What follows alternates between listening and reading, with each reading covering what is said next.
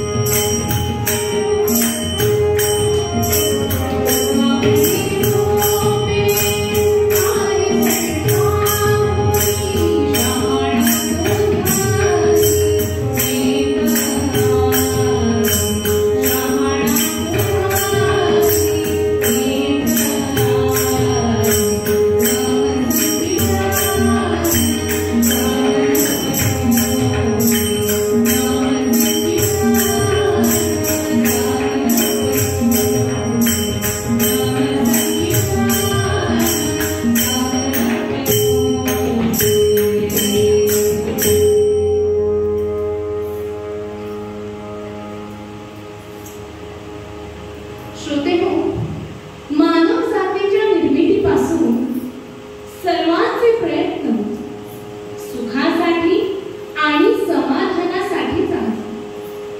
माणसाने आजपर्यंत खूप प्रगती केली. ज्ञान, विज्ञान, तंत्रज्ञान, कला, खेळ, साहित्य, एवढेच नव्हे तर माणूस चंद्रावर देखील जाऊन आला. हे सर्व कशासाठी? तर समाधानासाठी. याही पेक्षा खरे सुख, खरे समाधान, खरी शांती, निरंतर शांती, चिरंतर शांती हे सर्व आध्यात्मिक उपासनेतच आहे. तेथे भगवंताचे अधिष्ठान पाहिजे. कोणत्याही गोष्टीला आध्यात्मिक उपासनेची जोड ही हवीच. शालेय अभ्यासाबरोबर आध्यात्मिक अभ्यास केल्यास समाधान निश्चितच मिळते. म्हणून तुकाराम महाराज सांगतात एवढे करा. ते म्हणतात,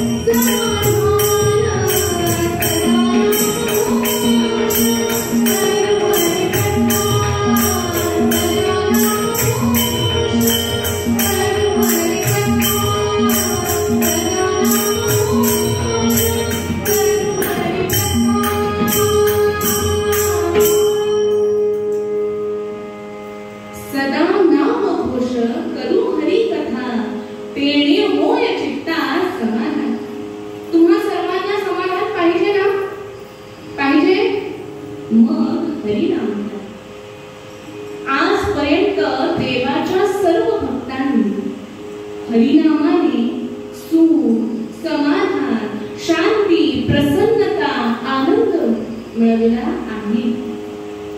पण त्याकरता मनापासून शुद्ध होऊन एकाग्रतेने हरिनाम घ्यायला पाहिजे. आज आपण उत्सव, पूजा, गणेश चतुर्थी, दिवाळी, जत्रोत्सव, नवरात्रोत्सव हे सगळे सोहळे करायचे म्हणू शकतो. प्रसंगी लोकांना दाखवण्याकरता करतो. या उत्सवात भक्ती आपले मन स्थिर नसते, म्हणूनच आपल्यावर देवाची कृपा होत नाही. आज कितीतरी लोक आपापल्या परीने आपल्याला हवी तशी भक्ती करतात. कुणी उभे गंध लावतो तर कुणी आडवे गंध लावतो. कुणी गळ्यात भरपूर माळा घालतो तर कुणी हातात दोरे बांधतो. कुणी संकष्टी करतो तर कुणी एकादशी करतो. कुणी शनिवार करतो तर कुणी मंगळवार करतो, तर कोण प्रतिवर्षी यात्रेला जातो. आता ह्या दिवसात तर सर्वत्र सगळे लोक गाड्या भरून महाप्रसादाला चालले आहेत. आज इकडे, उद्या त्या देवळात, परवा त्या देवळात गर्दीच गर्दी. ह्या सर्वांमध्ये आपले मन स्थिर नसते आणि इच्छा, अपेक्षा, भाव, स्वार्थ खूपच असतो. म्हणून हे सर्व करूनही आपल्यावर देवाची कृपा होत नाही. जीवनात समाधान कोणाकोणाला मिळते ह्याचे प्रमाण सांगायचे झाल्यास हजारात एक. श्रीमद भगवद्गीतेत त्याचे वर्णन केले आहे. मनुष्याणां सहस्रेषु कश्चित् व्यतति सिद्धये मनुष्याणां सहस्रेषु कश्चित् यतति सिद्धये यततामपि सिद्धानां कश्चित् मां वेत्ति तत्त्वतः। भगवान गोपाल कृष्ण महाराज की जय। श्री मंडोदरी माता की जय। श्रोतेहो, हजारोंचे, लाखोंचे, कोटी लोकांचे प्रयत्न हे सुखाकरताच आहे, पण ते सुख फार थोड्यांनाच मिळते. सुख न मिळालेले खूप आहे, तसेच मंदिरात जाणारेही खूप आहे, पण देवाच्या कृपेला पात्र होणारे कमी आहे. भक्तासारखे दिसणारे खूप आहेत, पण भक्त नाहीत हो. हे असे का होते, यावर विचार करणे खूप जरुरीचे आहे. आपण जी भक्ती करतो, जी देवाची उपासना करतो, त्यात कुठे ना कुठे चुका ह्या असतातच. त्या चुका आपण योग्य गुरूंच्या मार्गदर्शनाखाली, सद्गुरूंच्या मार्गदर्शनाखाली सुधारायला पाहिजे. ईश्वराला जे पाहिजे ते देण्याचा प्रयत्न आपण केला पाहिजे, तरच आपण खऱ्या अर्थाने देवाच्या कृपेला पात्र होतो. संतांनी ज्या माध्यमातून, ज्या मार्गातून, ज्या भक्तीतून देवाला आपलासा केला, शिवाय त्यांनी हरिनाम घेतले, ते ज्ञान, ते हरिनाम आपल्याला मिळावे म्हणून आपण प्रार्थना करावी आणि सगळ्यांना बरोबर घेऊन या भक्ती मार्गाने जावे. या रे लहान थोरा, या रे लहान थोरा.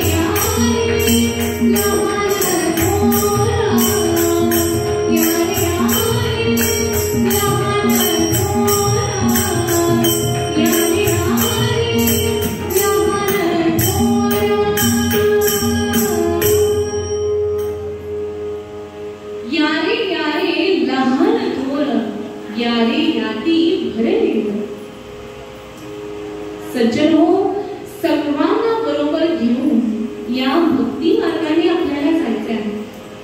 लहान थोर, स्त्री पुरुष, आई वडील, काका काकी, मामा मामी, शेजारी, गावकरी सर्वांना बरोबर घ्यावे. भक्ती करण्याकरता, हरिनाम घेण्याकरता काळ वेळ लागत नाही, सोळे ओळे लागत नाही. तो माणूस कसा आहे, काळा आहे की गोरा आहे की सावळा आहे, हेही लागत नाही. साडी, माळी, तेली, तांबोळी, अंत्यज, अहो सर्वांना सर्वकाळ फळ देणारे ते नाम आहे. समर्थ रामदास स्वामी म्हणतात, बहु चांगले नाम त्या राघवाचे.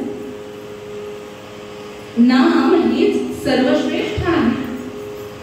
अहो, तुमच्या आमच्या जीवनात त्या देवीच्या प्राप्तीशिवाय दुसरे काय साध्य असणार?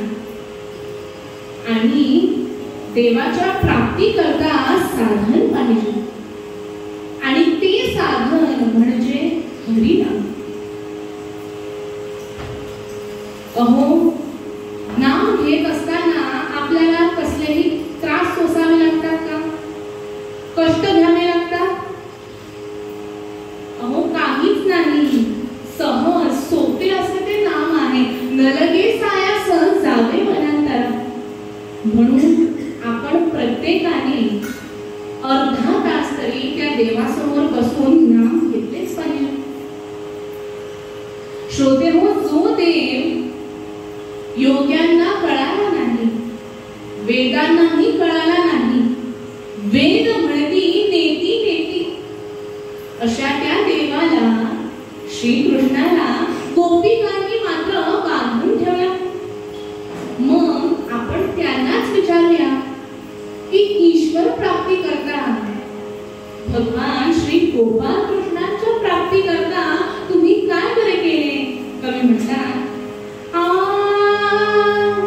नाही खर्चिणी कवडी दमडी, नाही खर्चिणी कवडी दमडी, नाही वेचला दाम, नाही वेचला दाम, बाई विकत घेतला.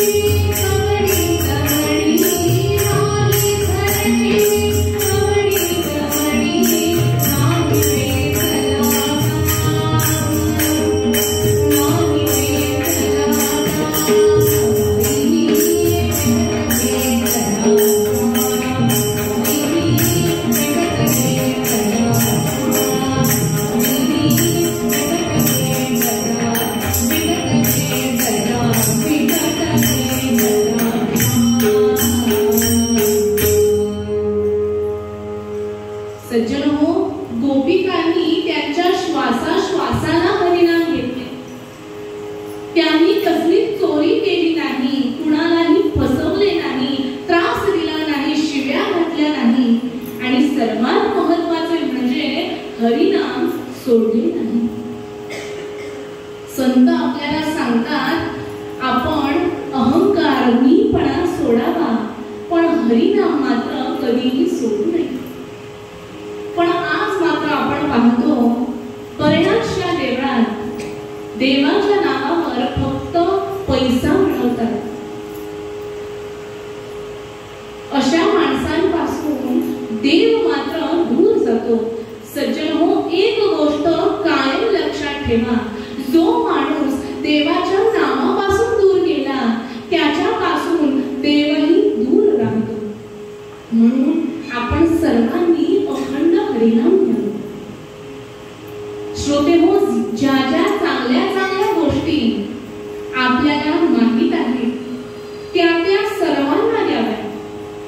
ज्ञान दान करावे, श्रमदान करावे, शहाणे करून सोडावे सतत.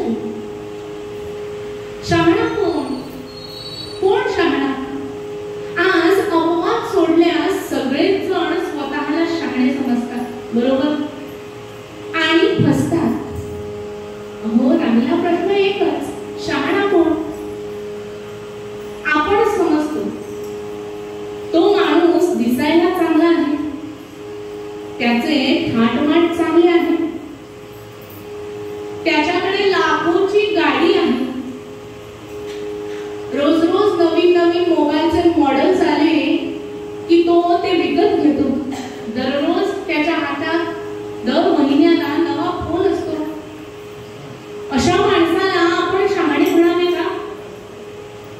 अहो, दिसायला चांगला असण्यापेक्षा स्वभावाने चांगला असला पाहिजे आणि त्याकरता सुसंस्कार पाहिजे. आता सुशिक्षित म्हणजे शहाणा नव्हे, सुसंस्कारित म्हणजे शहाणा हो.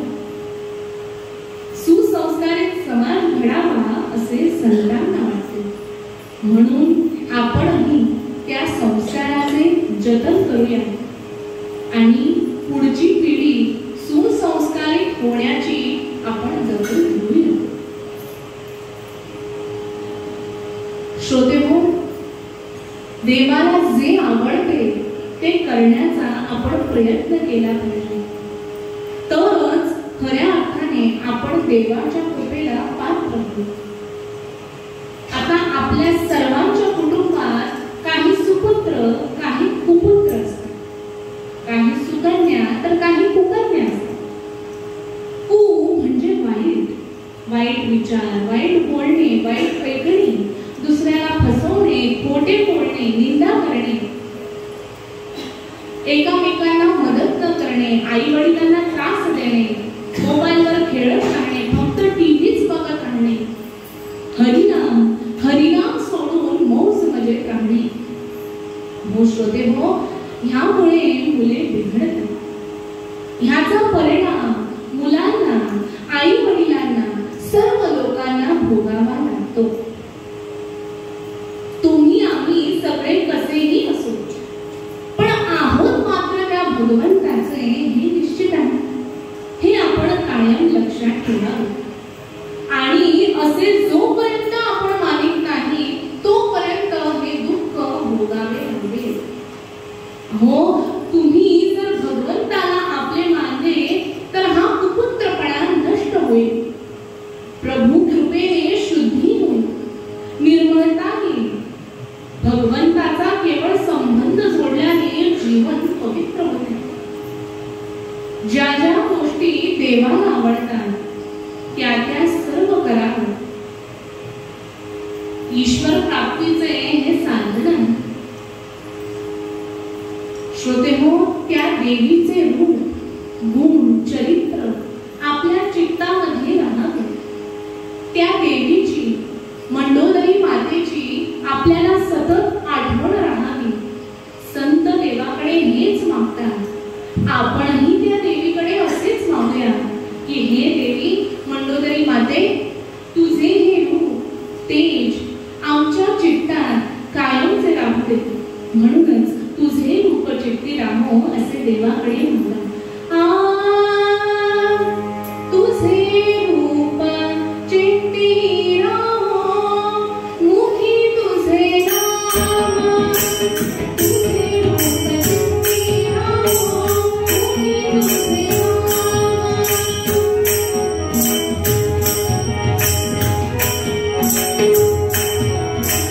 तुझे रूप चित्ती राहो, मुखी तुझे नाम.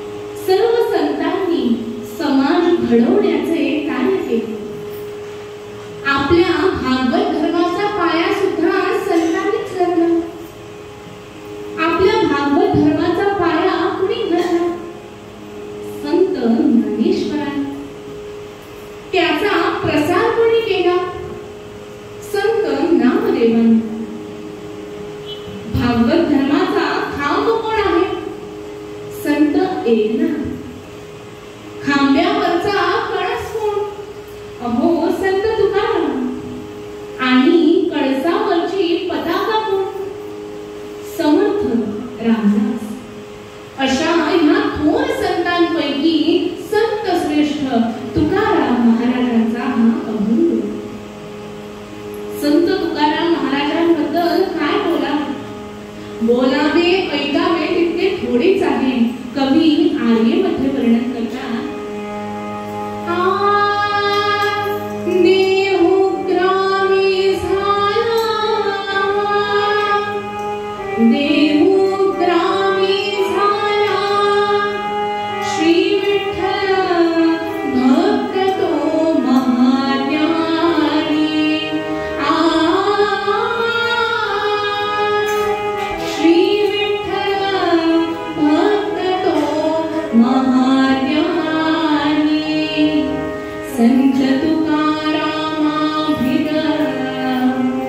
संत तुकारामाभिद जोडावे हात जास सुज्ञानी.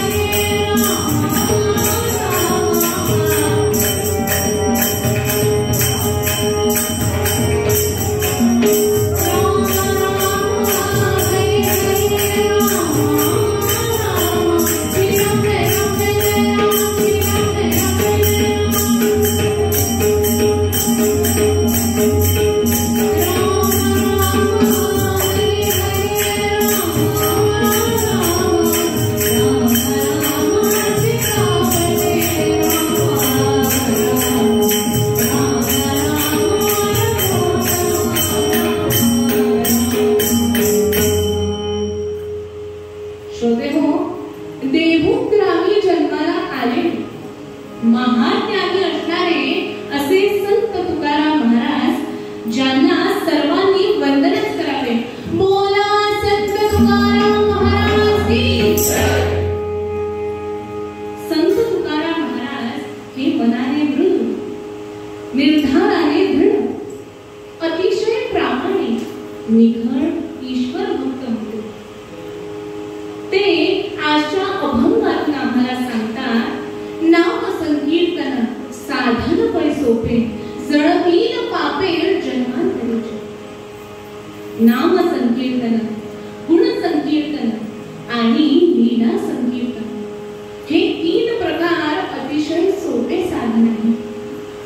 श्रोतेहो, पापांचा नाश होण्यासाठी, दुःख जाण्यासाठी, टेन्शन स्ट्रेस घालवण्यासाठी आणि सुख समाधान शांती प्रसन्नता मिळवण्यासाठी त्या हरीचे नाम घ्या. कुठल्याही देवाचे जर तुम्ही नाव घेतले तरी ते सारखेच आहे.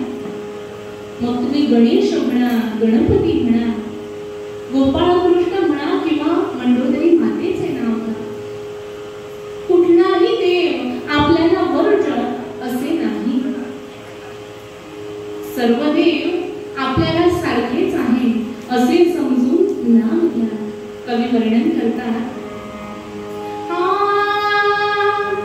हरी म्हणा तुम्ही, गोविंद म्हणा तुम्ही, गोपाळ म्हणा हरी नारायणा. हरी म्हणा तुम्ही, गोविंद म्हणा तुम्ही, गोपाळ हरी नारायणा.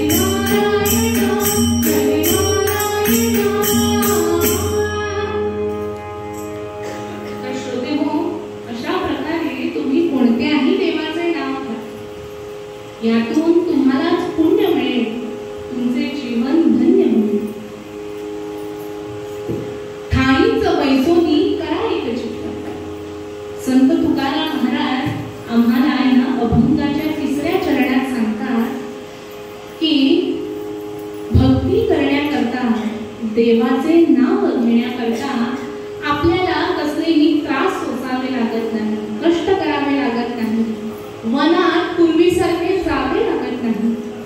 घर बसल्या आपण देवाची भक्ती करू शकतो. ईश्वर प्राप्तीने आपल्याला आनंद मिळतो असे महाराज म्हणाले. पण आज मात्र आपण इतर व्यर्थ गप्पा गोष्टी भरपूर करतो आणि देवाला मात्र विसरतो.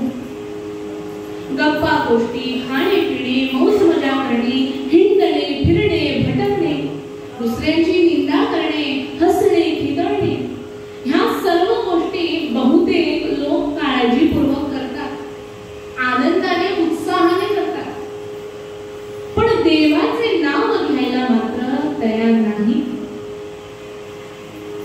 पण संत आम्हाला सांगतात, देवाचे नामस्मरण केल्याने आपल्यातील असलेली पापे जळून भस्म होतात. ते देवाचे नाव मात्र आपण घेत नाही. नाम घ्या, नामस्मरण करा असे संत पुन्हा पुन्हा पुन्हा सांगतात आणि विचारतात.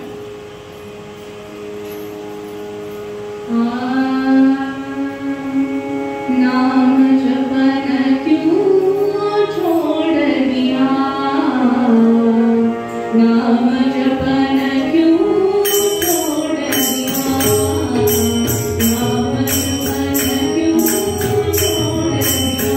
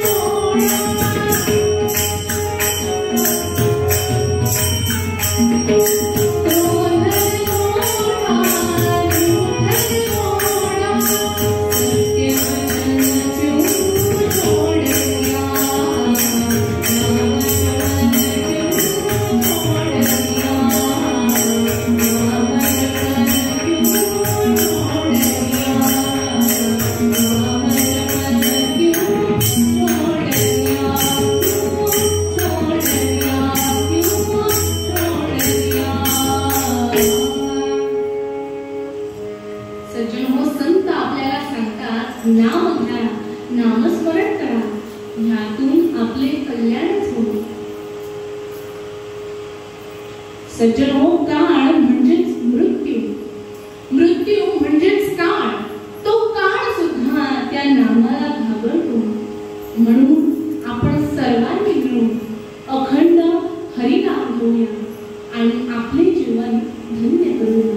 मूळ पद्यात तुकाराम महाराज तेच सांगतात. नाम संकीर्तन साधना नाम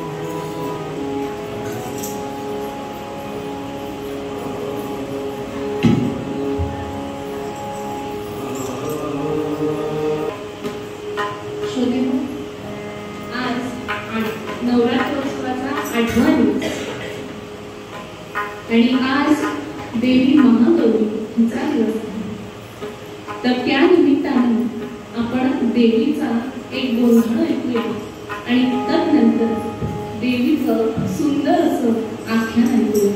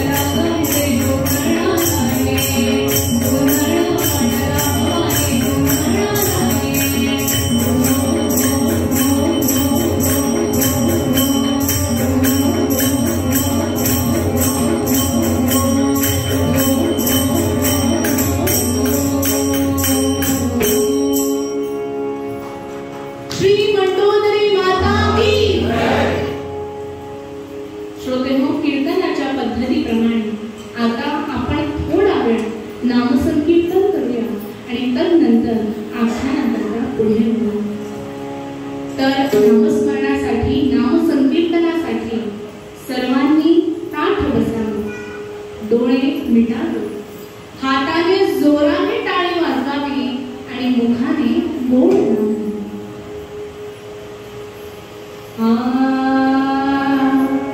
नमोस्तुते नमोस्तुते मनोदरी माते नमोस्तुते.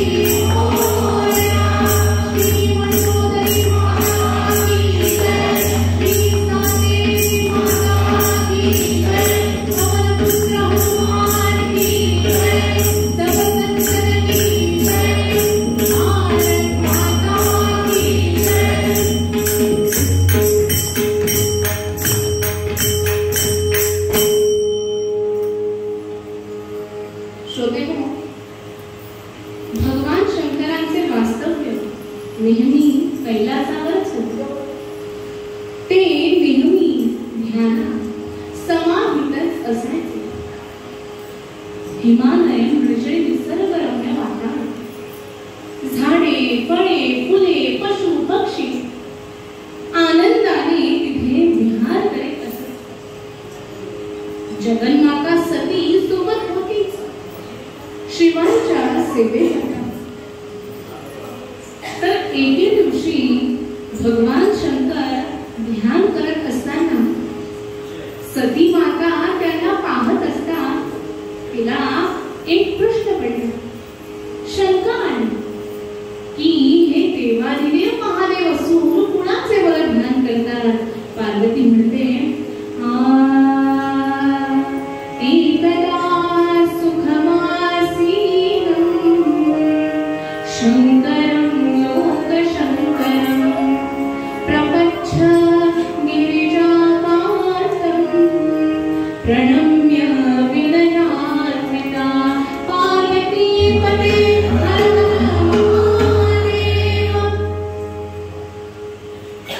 सती मातेच्या मनामध्ये चलविचल चालू होती. आपण यजमानांना जाऊन विचारावे, प्रभू तुम्ही ध्यान कुणाचे बरं करता? कारण भगवान शंकर ध्यान करत असताना मध्येच त्यांच्या चेहऱ्यावर हास्य असायचे, तर मध्येच डोळ्यातून अश्रू वाहायचे. ध्यानाच्या पूर्ण आनंदात ते पूर्ण भरून जायचे. हो, आज आपण देवाचे असे ध्यान, उपासना, भक्ती, नामस्मरण करू शकतो का? अहो, देव ध्यान करतो, नाम घेतो, त्याच देवाकडे आपण सर्व काही मागतो की, पण भक्ती करायला मात्र तयार नाही. असे कसे होणार? आपणही भक्ती ही केलीच पाहिजे. त्या भगवान शंकरांचे गुणवर्णन अनेक स्तोत्रांमध्ये, कवचांमध्ये, शिवमानस पूजेमध्ये वर्णन केले आहे. असेच एक वर्णन आता आपण पाहूया. कैलास राणा शिवचंद्र मौली, कैलास राणा शिवचंद्र मौली, कैलास राणा शिवचंद्र मौली.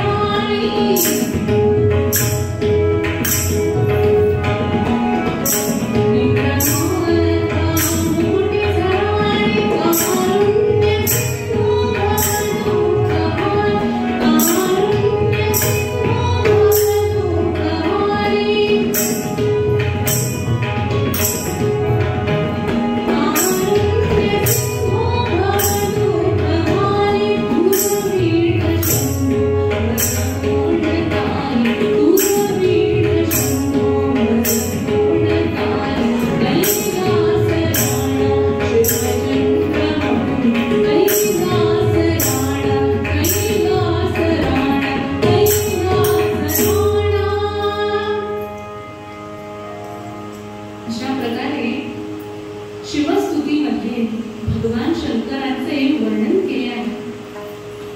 तर पार्वती माता म्हणजेच सती माता भगवान शंकरांना जाऊन विचारते, प्रभू बरेच दिवस झाले आपण ध्यान करत आहात.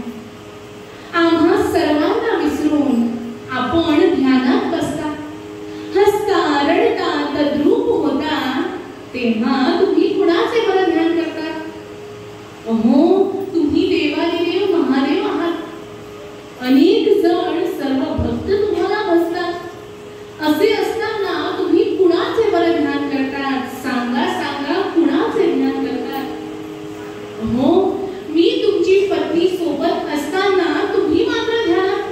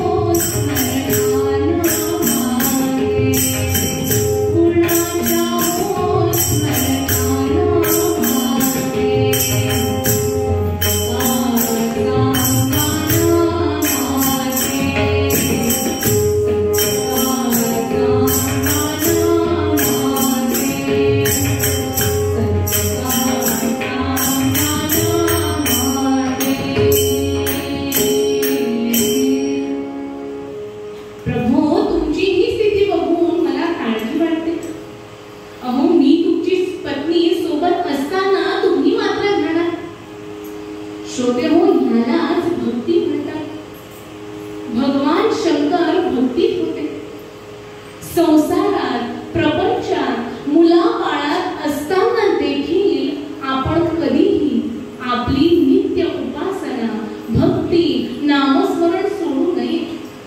हेच जणू भगवान शंकरांनी आम्हाला सांगितले आणि ते करून दाखवले आहे.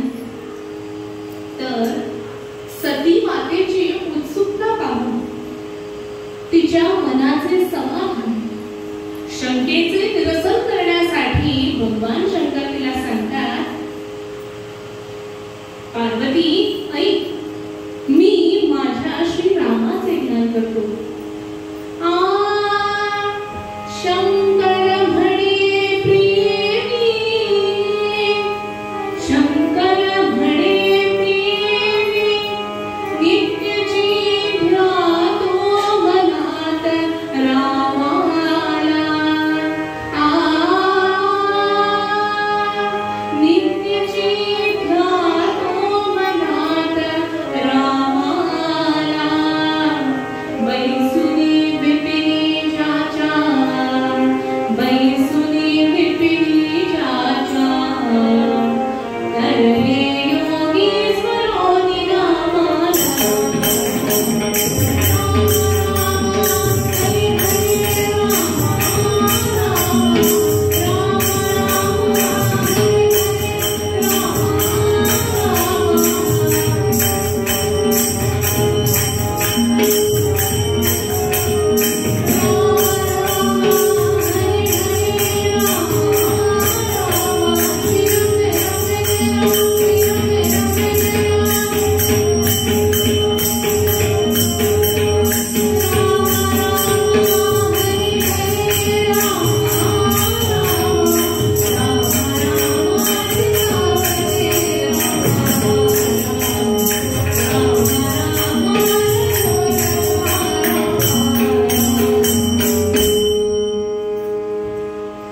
श्रोतेहो, भगवान शंकर म्हणतात, अगं मी राम नाम जपत आहे, ते श्रेष्ठ आहे. अनेक भक्त त्या नामाने तरले आहेत. सहस्र नाम तत्तुल्यम राम नाम वरानने. अडाणी अज्ञानी दुष्ट पापी मूर्ख कुणीही असो, राम नाम हे सर्वांना तारणारे आणि पाप नष्ट करणारे आहे. श्रोतेहो, मंत्र म्हणजे नुसते शब्द नव्हे, तर अंकुरात म्हणजे बीजामध्ये जसा वृक्ष दडलेला असतो, तसेच ह्या मंत्रांमध्ये सुप्त शक्ती दडलेली असते. ती आपल्याला जागवता आली पाहिजे आणि ती जागवण्याकरता आपण हरिनाम घेतले पाहिजे, अखंडित हरिनाम घेतले पाहिजे, तरच ती जागवता येते. आज जगात इतर तंत्रमंत्र खूप आहेत. अनेक लोक त्यात फसून जातात, आपला पैसा वेळ सगळं गमावून बसतात. पण एक मात्र लक्षात ठेवा, सर्वश्रेष्ठ नाम म्हणजे रामनाम आहे. ते आपण कधीही सोडू नये. तर हो, अशा प्रकारे भगवान शंकर प्रभू रामचंद्रांची त्यांच्या नामाची स्तुती करत होते, गुणवर्णन करत होते.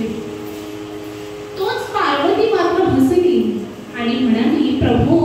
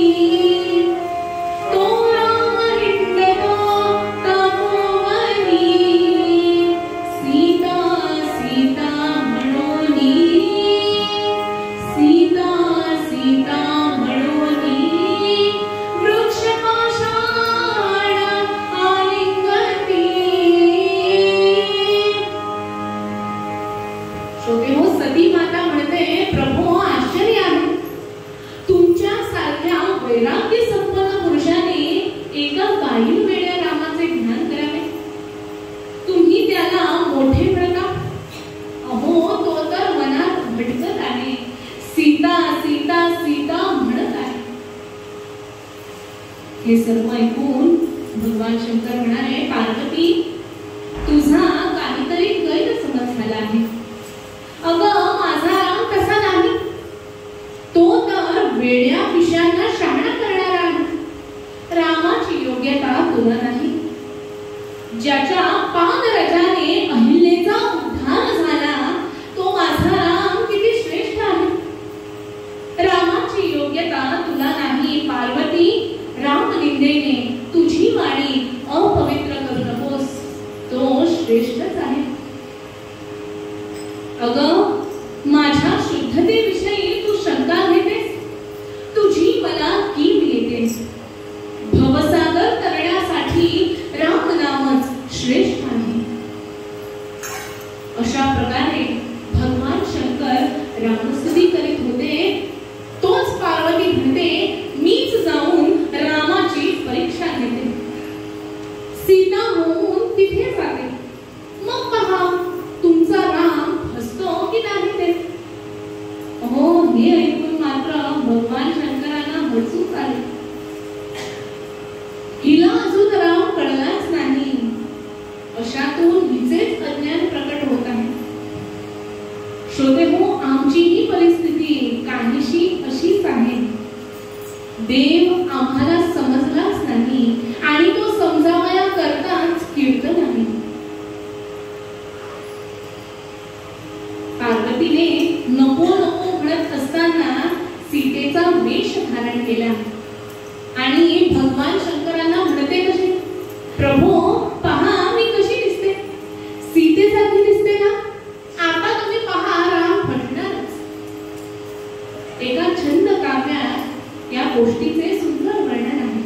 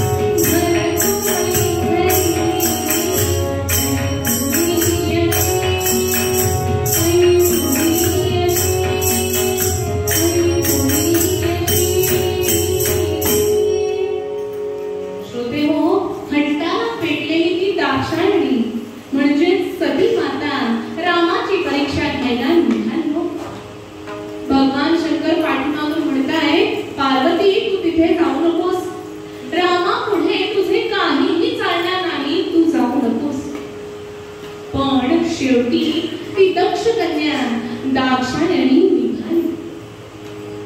तिथे राम लक्ष्मण वनात होते. दूरवर राहून तिने रामाचे निरीक्षण केले. तो राम वृक्षांना आलिंगन देत होता. माझी सीता कुठे आहे, माझी सीता कुठे आहे असे विचारत फिरत होता. अहो, अशी ही केविलवाणी स्थिती पाहून दाक्षायणीच्या मनात विचार आला, आता राम फसणार.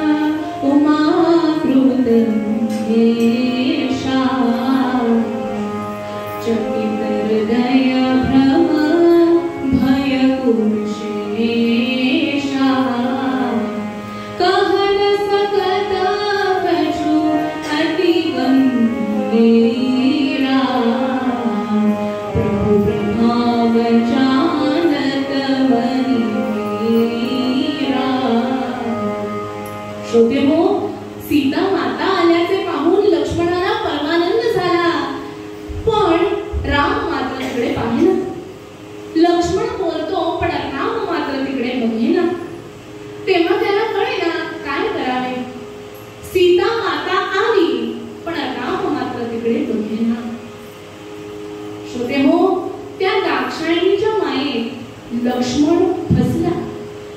त्याला ती सीता वाटली. पण माझे प्रभू श्री रामचंद्र फसणारे नाही. जीवनात आपणही अनेक ठिकाणी फसतो. आपल्या जवळ असलेल्या अज्ञानामुळे आपण फसतो. त्या अज्ञानाचा आज बरेच लोक खूप फायदा घेतात. यात पैसा आपला जातो, वेळ फुकट आपला जातो, खरे काय खोटे काय हेच कळत नाही. म्हणून कथा कीर्तन सत्संगात जात राहा, हरिनाम घेत राहा. कीर्तन आपल्याला हे शिकवते.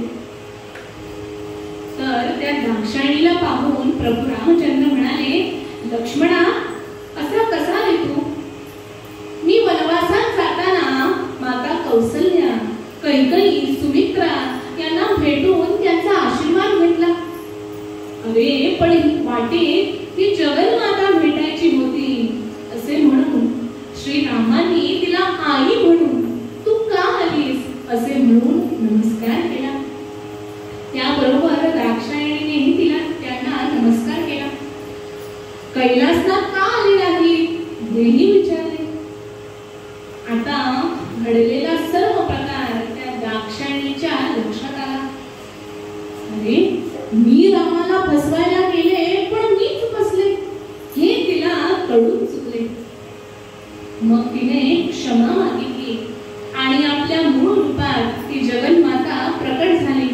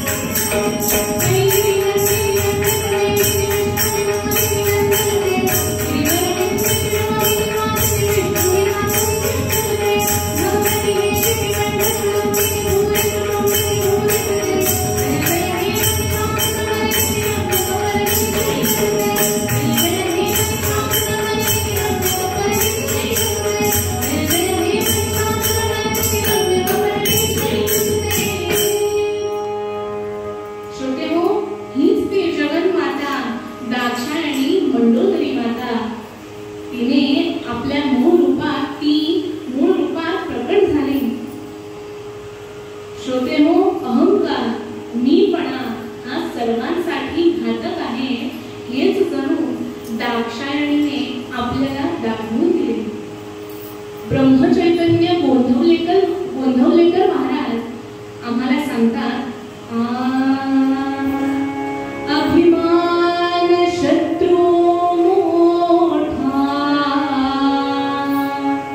अभिमान शत्रू मोठा, सर्वांना जाचतो सुखाशेने, सर्वांना जाचतो सुखाशेने, आची सुबोध गुरूंचा, आची सुबोध गुरूंचा, मारावा तो सगुण नावाने. श्रोतेहो, अहंकार, अभिमान हा मनुष्याचा सर्वात मोठा शत्रू आहे हेच आपल्याला ह्या चरित्रातून कळून येते. भगवान प्रभू रामचंद्रांना नमस्कार करून क्षमा मागून पार्वती माता भगवान शंकरांकडे आली. भगवान शंकर म्हणाले, पार्वती काय झाले? दाक्षायणी खजीर झाली. आपण चुकल्याचे मान्य केले. प्रभू श्री रामचंद्र श्रेष्ठच आहे हेही तिने मान्य केले. त्यावर भगवान शंकर म्हणाले, पार्वती ती सीता माझी माता आहे. तेच रूप तू घेतलेस. जसा प्रभू श्री रामचंद्राने तुला नमस्कार केला तसा माझाही तुला नमस्कार. श्रोतेहो, हीच ती दक्ष कन्या दाक्षायणी. तिने दक्ष यज्ञाच्या आहुती दिली आणि पुन्हा हिमालय कन्या पार्वती होऊन भगवान शंकरांना प्राप्त केले. आजही यमाई तुकाई या नावाने या दाक्षायणीची मंदिरे प्रसिद्ध आहेत. तर अशा कथेतून आपली भक्ती वाढवा, पुण्य जोडा, हरिनाम घ्या आणि आपले जीवन धन्य करा. मूळ पद्यकार तेच सांगतात. श्रोतेहो नमस्कार. मी कीर्तनकार हरिभक्तपरायण मनस्वी विनोद नाईक. आज नवरात्रोत्सवानिमित्त श्री मंडोदरी देवस्थानात या देवस्थानाच्या कमिटीने मला इथे कीर्तन करण्याची संधी दिल्याबद्दल मी देवस्थान कमिटीचे अध्यक्ष तसेच इतर पदाधिकारी यांचे आभार मानते. तसेच ह्या कीर्तनाला सुंदर अशी साथ देण्याकरता हार्मोनियमवर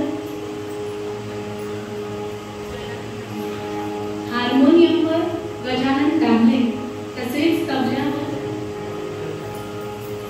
तबल्यावर वासुदेव चारी आणि चिपळीवर माझे बाबा विनोद नाईक, तुमचेही मी आभार मानते. तसेच तुम्ही सर्व श्रोतेगण शांत चित्ताने माझे कीर्तन ऐकल्याबद्दल तुमचेही मी आभार मानते. कीर्तन करत असताना माझे काही चुकले असेल तर तुमचीच मुलगी समजून मला माफ करावे. जे चांगले आहे ते देवाचे आहे असे समजून त्याचा स्वीकार करावा. आणि शेवटी एका प्रार्थनेने आपण कीर्तनाची समाप्ती करू. प्रार्थनेसाठी सर्वांनी ताठ बसावे, डोळे मिटावे आणि आपल्या कानांनी ही प्रार्थना श्रवण करावी.